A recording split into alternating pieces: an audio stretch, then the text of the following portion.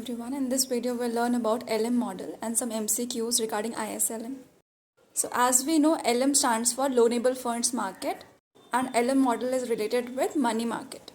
As I told you in the previous video, IS model is connected with goods market and LM model with money market. Now let's understand the derivation of LM curve. As you can see two graphs on the screen, the first graph says equilibrium in money market at various levels of income. Second graph determines constructing the LM curve.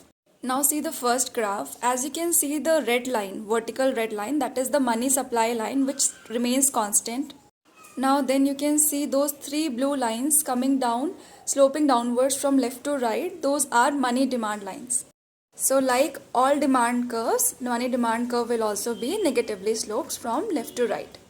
And at R0 rate of interest, R1 rate of interest and R2 rate of interest, money supply remains constant and we have got three equilibrium points, that is E0, E1 and E2. As we have got the equilibrium of rate of interest E0, E1 and E2, now corresponding to this rate of interest, we will make income. You can say as corresponding to this rate of interest, income is made on graph B. So in the last video when we did IS curve, in IS curve what was changing? Rate of interest was changing, right? And in LM curve, our income will change. Just remember, in LM curve, income will change and in IS curve, rate of interest will change.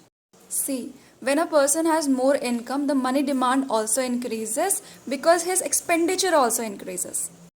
You can say that when his level of income increases, he will demand more money. Because of demanding more money, the rate of interest will increase. Now, as in graph B, we have got 3 points, A, B and C. When we join all these points and we make a curve, it is called LM curve. So, income increases from Y0 to Y1, rate of interest also increases from R0 to R1, and as the income increases from Y1 to Y2, rate of interest also increases from R1 to R2. See my dear students, if you don't understand the derivation of the LM curve or IS curve, you can just remember this.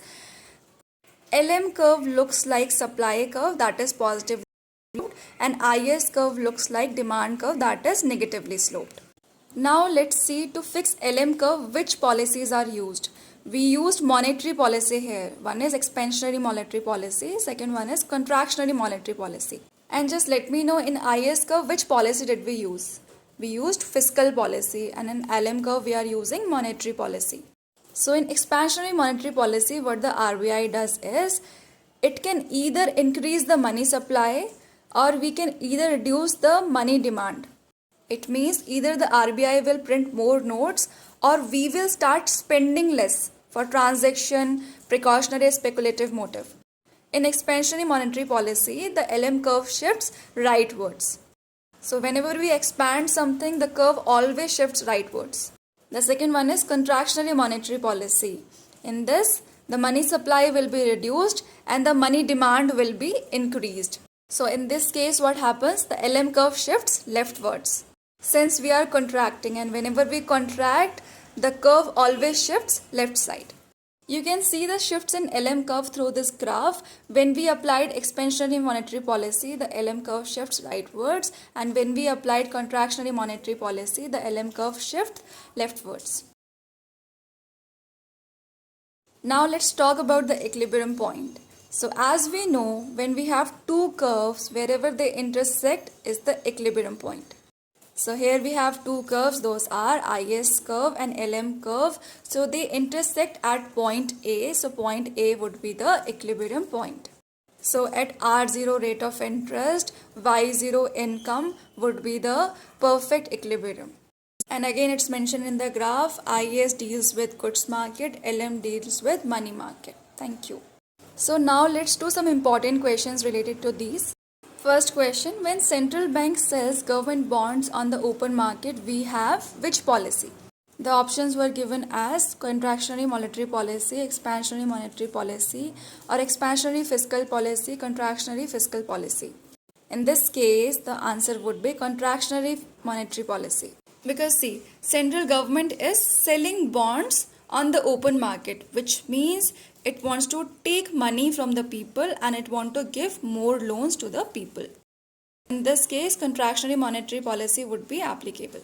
Second question, tax cuts designed to encourage investments are, again you had all those four options: expansionary fiscal policy, contractionary fiscal policy, expansionary monetary policy, or contractionary monetary policy. Right answer would be expansionary fiscal policy. As we read in the previous class, that whenever government reduces taxes, it does that so that people hold more money for disposable income, for consumption and for other purposes. This comes under expansionary fiscal policy, in which IS curve shifts rightwards. And whereas in contractionary fiscal policy, the government imposes more taxes, it does not cut down the taxes.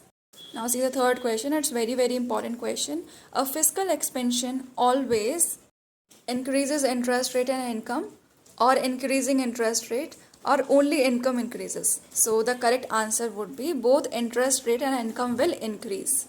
This you can understand from this graph, the shifts of IS curve. So whenever we use expansion, whenever we use expansionary fiscal policy or monetary policy, the curve always shifts to the right. So here you can see the IS curve is shifting from IS to IS1. And rate of interest is also increasing from R0 to R1, and income is also increasing from Y0 to Y1. So here you can see, as we applied fiscal expansionary policy, IS curve shift, along with that rate of interest also shift upwards, and income also expanded from Y0 to Y1. So both of these increases. Thank you so much.